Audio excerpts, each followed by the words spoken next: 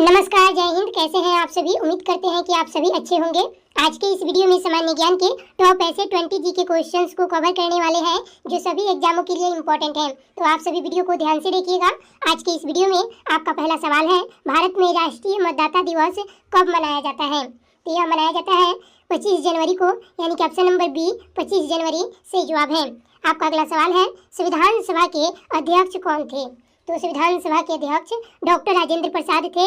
Option number A doctor Rajendra Prasad सही जवाब है। आपका अगला सवाल है, विश्व में सबसे बड़ा महाद्वीप कौन सा है? तो विश्व में सबसे बड़ा महाद्वीप एशिया महाद्वीप है, यानी कि ऑप्शन नंबर बी एशिया सही जवाब है। दोस्तों आगे बढ़ेंगे उससे पहले आप लोग इस वीडियो को लाइक कर लीजिए और आंसर जानते होंगे तो आंसर कमेंट बॉक्स में बताते चलिएगा। चलिए क्वेश्चन नंबर 4 है, भारत में कुल कितने उच्च न्यायालय हैं, यानी कि हाई कोर्ट की संख्या कितनी है? तो हाई कोर्ट की संख्या है 25, यानी कि ऑप्शन नंबर सी 25 सही जवाब है। आपका अगला सवाल है, वंदे मातरम गीत के रचयिता कौन है?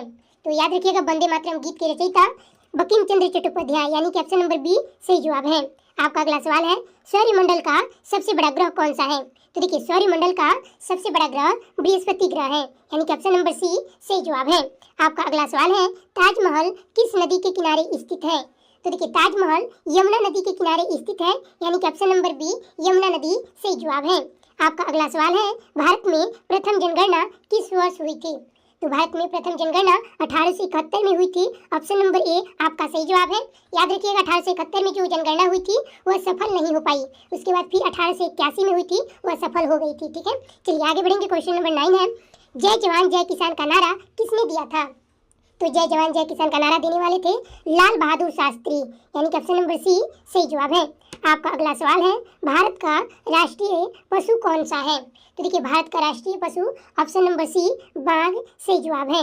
आपका अगला सवाल है, किस राज्य को भारत का मसाला का बागान कहा जाता है?